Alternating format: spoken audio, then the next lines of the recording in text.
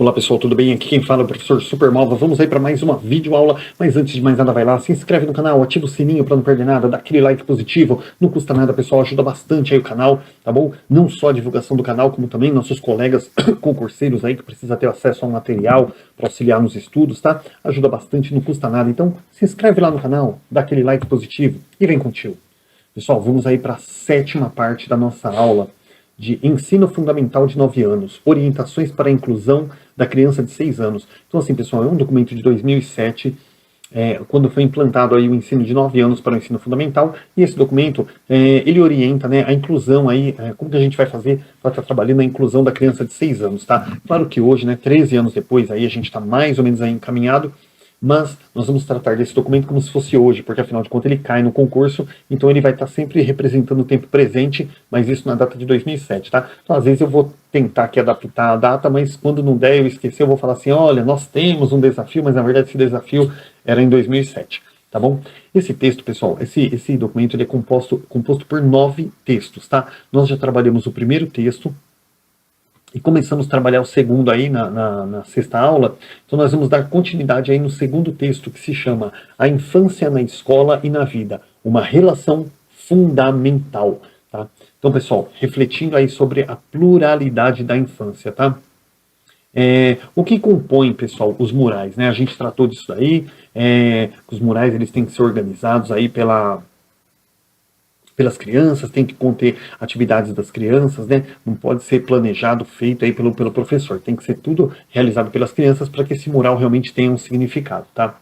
Então agora a gente vai dar continuidade aqui, pessoal. Refletir sobre a infância e sua pluralidade dentro da escola é também pensar nos espaços que têm sido destinados para que a criança possa viver esse tempo de vida com todos os direitos e deveres assegurados. Então, assim, quando a gente fala em refletir sobre a pluralidade dentro da escola, o que é pluralidade, pessoal? Nenhuma criança é igual à outra, cada uma é diferente da outra, elas têm as diferenças delas ali, e cada uma traz uma cultura diferente, uma vida social diferente, ali um costume diferente, tá? Uma vivência diferente. Então, assim, nós temos que refletir sobre essa pluralidade aí, rápido, não dá para falar rápido, né? Pluralidade aí dentro da escola, tá? E refletir sobre isso, gente, é também pensar nos espaços que têm sido destinados para que a criança possa viver esse tempo de vida, né, com todos os seus direitos e deveres assegurados. Então a gente precisa pensar nesses espaços, né, como que a gente vai adequar a escola para que essa criança realmente ela tenha assegurado seus direitos e deveres aí de uma boa educação de qualidade, tá bom? Então não é só chegar lá e botar uma sala lá com as carteiras todas viradas para a lousa e né, não ter um espaço ali, uma biblioteca móvel ali no pátio da escola para que eles tenham acesso a livro. Então isso tudo, não tiver isso aí não resolve, né? Então você tem que assegurar, tem um espaço que assegure a criança aí essa vivência, né? Como fala, esse contato aí com a liberdade dentro da escola para que o desenvolvimento dela possa ser uma coisa objetiva, uma coisa prática, uma coisa agradável, tá bom? Uma coisa social. Gente, algumas perguntinhas aqui. Qual o papel da escola? Quais as dimensões do conhecimento a gente precisa considerar, né? Gente, a escola ela tem um papel extremamente social. Ela tem que estar trabalhando, pessoal, de acordo ali com a realidade, do meio ao qual ela está inserida, né? Você não pode trabalhar com a escola, pessoal, de uma forma singular, assim, a escola alheia ao que está acontecendo aí do lado de fora, né? Não, aqui minha função é matemática, português, ciências, não, você não pode. Você tem que trabalhar com uma vivência social, tá bom? Então, o papel da escola é trazer trabalhar com a vivência, a cultura que essas crianças trazem de fora para dentro da escola, tá? E a partir daí, ela sistematizar esse aprendizado das crianças, tá bom? Toda essa cultura que a criança traz, tá? Então esse é o papel da escola, né? Quais dimensões do conhecimento nós precisamos considerar? Todas, pessoal, tá? A dimensão política, a dimensão social, a dimensão da vivência do aluno, olha, se ele frequenta uma igreja, se o pai dele frequenta um clube, como que é na rua dele, se ele brinca com os coleguinhas, como que é a vivência dele com a família, né? Então, assim, todos os contatos que ele tem. Então, todas as dimensões de conhecimento, a criança nós precisamos considerar. Não é só o português, matemática, quem matou quem, por quê, não, de forma nenhuma. Nós precisamos considerar aí todos esses aspectos culturais, políticos, sociais, tá, na vida da criança, para que a gente consiga realmente trabalhar uma educação de qualidade, uma educação integral com ela, tá? Outra perguntinha aqui, né? Ah, não, pronto. Era só essas duas.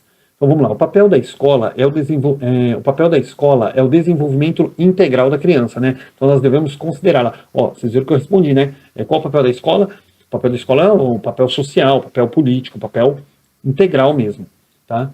Então nós devemos considerá-la para esse tipo de coisa, na dimensão afetiva, pessoal. Ou seja, nas relações com o meio, nós temos que considerar a escola na dimensão afetiva, por exemplo.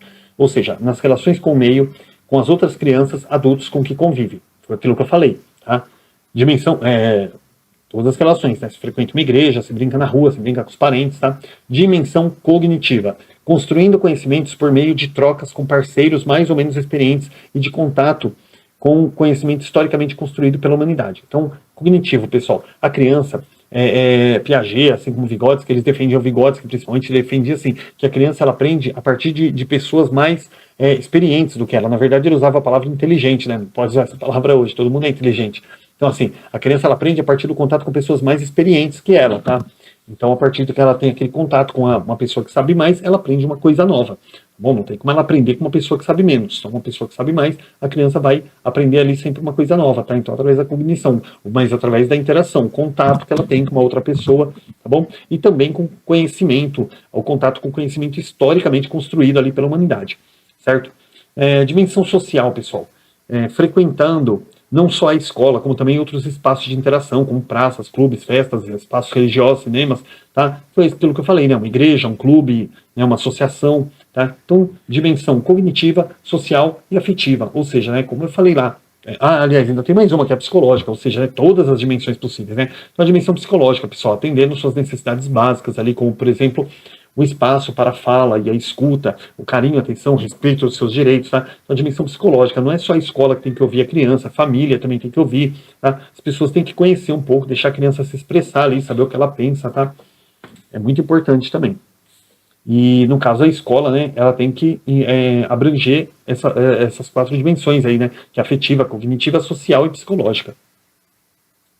Cabe destacar que assumir o desenvolvimento integral da criança e se comprometer com ele não é uma tarefa só dos professores, mas também de toda a comunidade escolar. Então, assim, todo mundo ali que tem contato com a criança, seja o pai, a mãe, o comércio, a igreja, né, os parentes, os coleguinhas, todo mundo ali tem que se comprometer, pessoal, em estar ouvindo a criança, em estar trabalhando com ela, procurando compreendê-la também, não é só a escola, tá? Pessoal, tem um outro teminha aqui, ó. Infância nos espaços e os espaços da infância. A entrada das crianças de 6 anos no ensino fundamental se faz em um contexto favorável, pois nunca falou tanto da infância como se fala hoje. Os reflexos desse olhar podem ser percebidos em vários contextos da sociedade. Então, assim, pessoal, teve um grande favorecimento aí, né, nessa questão da inserção da criança de 6 anos no ensino fundamental, né?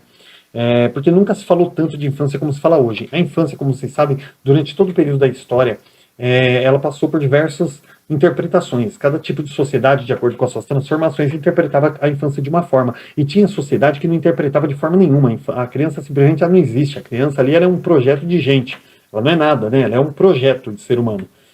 E quando ela era considerada alguma coisa, de acordo com o interesse da sociedade local, a criança era vista, tá? Então, hoje, pessoal, a infância ela está sendo muito trabalhada, muito considerada, tá? Como nunca foi antes. Então, os reflexos desse olhar, gente, eles podem ser percebidos em vários contextos da sociedade, tá? Por exemplo, no que diz respeito à escola, nós estamos em um momento de questionarmos nossas concepções e nossas práticas escolares, tá? Por que questionarmos? Porque nós trabalhamos de uma forma aí durante toda a vida, né? Isso aí em 2007, tá? Nós ainda estamos batalhando por isso, mas isso aqui, no caso, se aplicava em 2007. Só estou piscando bastante aí porque são 10h14 da manhã, eu passei a noite em claro, preparando todo esse material, e aí decidi fazer uns videozinhos aí antes de ir dormir ainda, para poder dar uma adiantada aí no trabalho, tá bom? Como está em pandemia, eu não posso dar aula, então eu preparei bastante material à noite, são 10h15, eu não dormi ainda, daqui a pouco eu vou dormir, quando for umas 7h30, 8 horas da noite, eu vou fazer mais vídeos, tá? Então, por isso que eu tô piscando bastante, assim, eu tô lutando para ficar acordado, aí vamos pelo menos terminar essa aula. Então, por que questionarmos? Porque nós trabalhamos muito tempo, pessoal, com aquela questão tradicional de conteudista, né, de material na lousa, e a criança sentar e copiar e ouvir a explicação. E hoje nós temos que trabalhar aí uma metodologia completamente nova, com a inserção da criança de 6 anos no ensino fundamental. Gente, a gente não pode chegar lá e meter lição na lousa para uma criança de 6 anos, ela não tem maturidade para isso. Ah, você não tem maturidade, por que não deixou ela no infantil? Porque é importante a entrada da criança de 6 anos no ensino fundamental, porque quando você coloca a criança com 7 anos lá, a criança ela vai pegar toda aquela fase da alfabetização, ela vai ter dificuldades, ela vai ter todo um contexto ali que ela vai ter que se, que se como que fala, pessoal, que se evoluir ali, sabe? E isso, às vezes, quando ela entra com 7 anos, perdura até os 8, 9 anos, até às vezes até o terceiro ano. E atrapalha demais o desenvolvimento da criança. Então, entrando com 6 anos, gente, aí você fala, mas ela vai ter mais dificuldade. Pelo contrário, é do 0 aos 6 anos que a criança aprende mais. E a fase dos 6 anos é a fase onde a criança tem maior capacidade de aprendizagem. Então, toda aquela parte defeituosa, deficiente ali da alfabetização, ela vai ter isso com 6 anos. Quando chegar aos 7, 8 anos, ela tá praticamente, ela já está terminantemente alfabetizada e já pode aí dar sequência nos conteúdos mais complexos, né? Gente, eu acho que eu não vou conseguir terminar essa aula, hein? Estou muito cansado, mas vamos lá. Então, por isso, precisou ser repensado, porque essa inserção da criança de 6 anos, você não pode chegar lá e tacar um conteúdo pesado nela. Então, teve que fazer o quê? Gente, criar ali uma rampa, né, naquele degrau que tinha entre a criança de 6 e 7 anos e o aprendizado da infância e do ensino fundamental. E essa rampa ali, né, daquela amenizada é o que, gente? Trabalhar com roda de conversa, trabalhar com a ludicidade, com jogos, com brincadeiras, tá? Começar a alfabetização dessa forma. Como que a gente vai fazer isso? Por isso que nós estamos falando aqui. Essa questão de questionar, de readequar, de replanejar todo o nosso processo de educação na parte da alfabetização. Para considerar a infância em toda a sua dimensão, é preciso olhar não só para o cotidiano das instituições de ensino, como também para os outros espaços sociais, né, em que as crianças estão inseridas. Em que atividades elas estão envolvidas quando não estão na escola, né? Existem locais de encontro com outras crianças. Então, assim, para considerar a infância em toda a sua dimensão, né, que a infância não é uma coisa ali fixa, né, ela tem uma dimensão complexa ali muito grande, uma dimensão cultural, social, política. Então, para você considerar a infância em toda essa dimensão, é preciso olhar não só para o cotidiano, só para a vida da criança ali dentro da escola, mas também, gente, para os espaços sociais que ela está inserida, né? Se ela frequenta uma igreja, se ela frequenta uma associação, um clube, né, se ela tem contato com outras crianças fora da escola, ali na rua, com os primos, às vezes até com o inquilino ali da casa que mora junto, né? Então, assim, que atividades essas crianças realizam quando elas não estão fora da escola, né? Tem locais de encontros fora da escola, porque muitas vezes, gente, a escola é o único local onde a criança realmente ela tem ali uma interação com outras crianças. E é necessário você ver isso, porque às vezes você pensa que aquela criança que fala demais assim, sabe que não para quieta, mas é porque ela não tem contato com mais ninguém fora da escola. Tá? Então isso precisa ser levado em consideração também. Tá? Ampliando o olhar, percebemos que não só a escola e a legislação têm voltado a sua atenção para a criança. A mídia também encontrou na infância, gente, um grande público consumidor. Hoje as crianças elas são expostas a comerciais que buscam criar desejos de incentivar o consumo, né? Nos grandes centros urbanos, nós vemos o oferecimento de um novo serviço, que são os cantinhos da criança, né? Então, assim, espaços reservados, por exemplo, em mercados, shoppings, né? Que se propõem a oferecer um maior conforto para as famílias e um atendimento lúdico para a criança, ou seja, para o pai poder fazer as compras dele ali tranquilamente, tem um espaço da criança para a criança brincar ali, que é para os pais gastar mais também, né? Então, assim, todo mundo aí tem voltado os olhos para a criança ultimamente. Além das diferentes apropriações dos espaços sociais, outro ponto que nos inquieta diz respeito às condições de vida das crianças, né? E às desigualdades que separam alguns pontos sociais. Numa sociedade marcadamente estratificada, né, por camadas, ou seja, assim, quando fala estratificada, assim, foi tantas camadas, assim, a sociedade mudou tanto o perfil dela durante esses séculos, né, gente? Sofreu, assim, várias mudanças, né, durante isso. Então, assim, além dessas diferentes apropriações dos espaços sociais, né, uma coisa que também perturba a gente, né, essa questão da condição de vida da criança, né, essas desigualdades também que separa os grupos sociais, ou seja, uma criança ela tem todo um acesso dentro de casa, rede social, e celular, e tablet, e computador, que ela pode fazer pesquisas, tudo, e tem aquela outra criança, gente, que mal tem o que comer dentro de casa, que ela depende unicamente do ensino que o professor ministra na escola, né? Ela depende de tudo da escola, dentro da casa dela é uma precariedade danada, e a gente precisa realmente lutar contra esse tipo de coisa, esse tipo de desigualdade aí, que é uma coisa muito complexa, tá? E isso se dá numa sociedade aí que, pelo amor de Deus, gente, quando fala estratificada, é uma sociedade que sofreu diversas mudanças aí no decorrer do século, mudanças culturais, sociais, políticas. Pessoal, ao nos propormos a receber a criança de 6 anos no ensino fundamental, tenha ela frequentado ou não a educação infantil, devemos ter em mente que esse é o primeiro contato com o seu percurso no ensino fundamental. Então, como fazer para receber essa criança, gente? O momento da entrada na escola é um momento delicado que merece toda a atenção. Então, assim, quando nós propomos a receber essa criança no ensino fundamental, nós temos que considerar que é uma criança de 6 anos ainda, né? Que ela estava ali na educação infantil e que agora ela passou para o fundamental ainda numa idade meio complexa. Então, como que a gente vai receber essa criança? Nós vamos receber ela já metendo lição na lousa? Não, né? Nós temos que receber ela com afetividade, ali, com uma roda de conversa, com uma ludicidade, deixando ela bem à vontade ali para aquele mundo novo que a espera. As ações de acolhimento e inserção, elas são fundamentais, mas há também um outro ponto que merece ser destacado: como são organizados os tempos e espaços escolares, né? Então, assim, gente, a gente precisa acolher as crianças, como eu falei, mas também a gente precisa organizar os tempos ali, espaços escolares, né? De forma a receber aquela criança de uma forma que ela realmente tenha condições ali de aprender, né? De ter um aprendizado ali com qualidade, tá? Então a gente não pode simplesmente chegar lá e meter lição na lousa, tem que ter um espaço de roda de conversa, uma biblioteca móvel, praticamente a mesma coisa que ela tinha na infância, para que ela não sinta aquela mudança brusca, né? Quando ela sai da infância e vai ali para o fundamental. Pensar sobre a infância na escola e na sala de aula, gente, é um grande desafio para o ensino fundamental, que ao longo de sua história não tem considerado o corpo, o universo lúdico, os jogos e as brincadeiras como prioridade. Infelizmente, quando as crianças chegam a essa etapa de ensino, é como ouvir a frase, né? Agora acabou a brincadeira. Então, assim, pessoal, quando você chega no fundamental, era muito aquela coisa assim ao longo da história, né? Tipo assim, agora é lição na lousa, tal, acabou a brincadeira, ó, não é mais parquinho, aqui não é mais, né? Jardim da infância. Agora você vai começar, agora é escola, agora você tem que chegar e pá, né? Então, assim, não, isso aí tem que ser mudado com essa questão da inserção da criança de 6 anos, porque ela não pode chegar lá e tomar uma porrada lá na lousa, lá logo de cara. Ela tem que realmente passar gradativamente aí de um universo para o outro, tá bom? Pessoal, vou pedir só uma licencinha para vocês, para eu poder conectar esse notebook aqui na tomada, senão a gente vai ficar na mão, tá bom? Só um segundinho, espera só um pouquinho.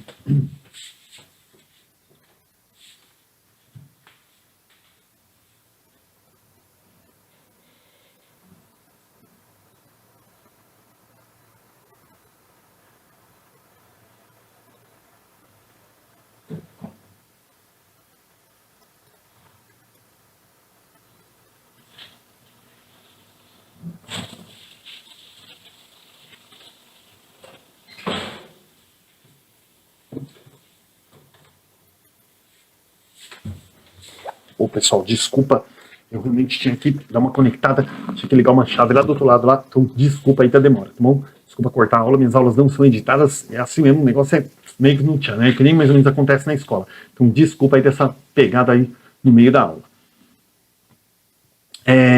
O desafio, pessoal, é aprender sobre e com as crianças, por meio de suas diferentes linguagens.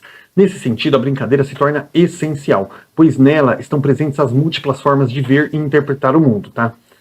Faz-se necessário definir caminhos pedagógicos nos tempos e espaços da escola e da sala de aula, que favoreçam o encontro da cultura infantil.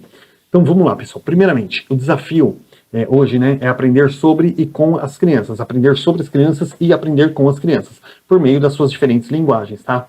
Que é a linguagem da brincadeira, a linguagem dos gestos, corpo, movimento, tá bom? Nesse sentido, a brincadeira ela se torna essencial, tá? Principalmente por quê? Porque senão você não consegue avaliar a criança, tá? Pois nela estão presentes as múltiplas formas de ver e interpretar o mundo da criança. Bom, eu tinha lido aqui, mas ficou fora de contexto, então vou ler de novo. Faz-se necessário definir caminhos pedagógicos nos tempos e espaços da escola e da sala de aula, que favoreçam o encontro da cultura infantil, valorizando as trocas entre todos os que estão ali, em que as crianças possam recriar as relações da sociedade na qual estão inseridas. Possam expressar suas emoções e formas de ver e significar o mundo, espaços e tempos que favoreçam a construção da autonomia. Gente, parágrafo bem grande, vamos explicar ele aqui passo a passo. Então, assim, gente, é necessário hoje definir caminhos pedagógicos nos tempos e espaços da escola, também da sala de aula, que favoreçam o quê? O encontro da cultura infantil. Pessoal. A criança ela tem aquela cultura própria dela e isso precisa ser respeitado, tá bom? Valorizando essas trocas entre todos os que estão ali, a interação deles, né, a colaboração, a cooperação entre eles ali, em que as crianças possam recriar as relações da sociedade na qual elas estão inseridas, né? Ou seja, a ludicidade, elas possam viver ali da forma que elas querem, recriar aquilo ali, da forma como elas vivem fora, elas poderem refazer aquilo do jeito delas ali dentro da escola, tá? Possam expressar suas emoções e formar formas de ver e significar o mundo. Então, assim, gente, muitas vezes a criança em casa ela não tem oportunidade de se expressar, de falar. Muitas vezes a família não dá oportunidade. Às vezes a criança está ali brincando, conversando sozinha, fala assim, ó, brinca quietinha aí sem falar. Tá? Então tem que permitir que as crianças possam expressar suas emoções, seus sentimentos, ali, sua alegria. Às vezes a criança está cantando na aula, o professor manda ela calar a boca, gente. Tem que deixar a criança cantar. Tá? É isso aí. Tudo isso, gente, em favor da construção da autonomia. Tá? Agora vai entrar um outro títulozinho aqui, pessoal, para a gente concluir. Olha que beleza, a gente já vai concluir aqui esse tema. Né? Na verdade, acho que tem mais coisa aqui para a gente ver, mas a gente já vai concluir aqui, acho que o tema 2. Que beleza. Então vamos lá. Infância na escola e na vida. Alguns desafios. O último teminha aí do texto 2. Como vimos, são muitas as questões relativas à entrada das crianças de 6 anos no ensino fundamental. Então, são muitas questões relativas aí à entrada dessas crianças, tá? Não podemos fazer frente a esse momento, somente considerando os aspectos legais que o envolvem, tá? Dependerá principalmente das práticas pedagógicas e de uma política da escola para a verdadeira acolhida dessa faixa etária na instituição. Então, vamos, o que esse parágrafo gigante aqui quer falar? Como nós vimos aqui nesse texto, né, são muitas questões relativas aí à entrada da criança no fundamental com 6 anos de idade. A gente não pode, pessoal, fazer frente, ou seja, assim, priorizar nesse momento somente considerando aspectos legais, né, que envolvem aí a criança, o aprendizado, né? A gente precisa também, pessoal, rever as práticas pedagógicas de uma política da escola para a verdadeira acolhida dessa faixa etária, tá? Que, gente, é tudo aquilo que eu falei, tá bom? Fazer tipo uma rampa onde está esse degrau aí entre a educação infantil e o fundamental. Os estudos sobre aprendizagem e desenvolvimento realizados por Piaget e Vygotsky, eles podem contribuir nesse sentido. Por quê, gente? O desenvolvimento dessas crianças, ele só ocorrerá em todas as dimensões se sua inserção na escola fizer parte de algo que vai além da criação de mais uma sala de aula e da disponibilidade de vagas, tá? É nesse sentido que somos convidados à reflexão sobre como a infância acontece dentro e fora da escola. Então, assim, Vygotsky e Piaget, pessoal, eles defendiam muito essa questão, que o desenvolvimento da criança só ocorrerá em todas as dimensões se a escola, pessoal, procurar trabalhar a partir da realidade dessa criança, tá? Conhecer a realidade dela, aquela experiência que ela traz de fora da escola, e a partir dali contextualizar aquilo para sistematizar todo aquele aprendizado da criança para que ela possa realmente aprender de acordo com o que ela vive fora. Dessa forma, ela vai fazer uma ligação e transformar a vida social dela com a vida escolar em uma só. Tá? Ela não vai fazer essa diferença. Para finalizar, pessoal, as crianças possuem modos próprios de compreender e interagir com o mundo. A nós, professores, cabe favorecer a criação de um ambiente escolar onde a infância possa ser vivida em toda a sua plenitude. Então, assim, as crianças, cada uma, né, possui modos próprios ali de compreender e interagir o mundo, principalmente em relação aos adultos. A forma da criança compreender o mundo é completamente diferente da forma como o adulto vê. A nós, professores, cabe favorecer a criação de um ambiente escolar, né, onde a infância possa ser vivida na sua plenitude, ou seja, onde a criança possa ser criança, onde você não diga para ela, você tem que parar de pensar assim, agora você tem que pensar de outro modo, né, você tem que crescer. Tem um filminho dos anos 80 chamado A História Sem Fim, que o menininho tem uma imaginação muito grande. E ali o pai dele fala assim, desculpa, gente, não é A História Sem Fim, perdoa, eu confundi. Os heróis não têm idade. Que é o menininho que fez o ET, inclusive. Não é A História Sem Fim, os heróis não têm idade. E o menininho ali, ele tem uma imaginação muito fértil. E o pai fala assim, tá na hora de você largar esses brinquedos aí, você crescer, você já é um homem e tal. O moleque acho que tem 10 anos de idade, o pai diz que já é um homem. E o pai tenta tirar o poder de imaginação do menino. Então, assim, tenta roubar a infância daquela criança, transformar aquela criança num adulto aos 10 anos de idade. Isso aí é muito errado, tá? Logo no comecinho do filme acontece isso. Isso é muito errado, tá? Então a escola ela precisa garantir ali um espaço, um ambiente em que a criança possa viver essa infância dela, esse poder dela de ver o mundo de uma forma diferente, tá bom?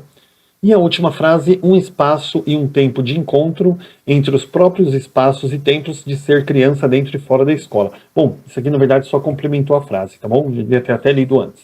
Então é isso aí, pessoal. Esse foi o tema 2. A gente agora vai para a 8ª aula, depois que eu dormir, é claro, né? Só de noite aí que eu vou gravar a 8ª aula, que vai falar do terceiro texto aí, que é o brincar como um modo de ser e estar no mundo, tá bom?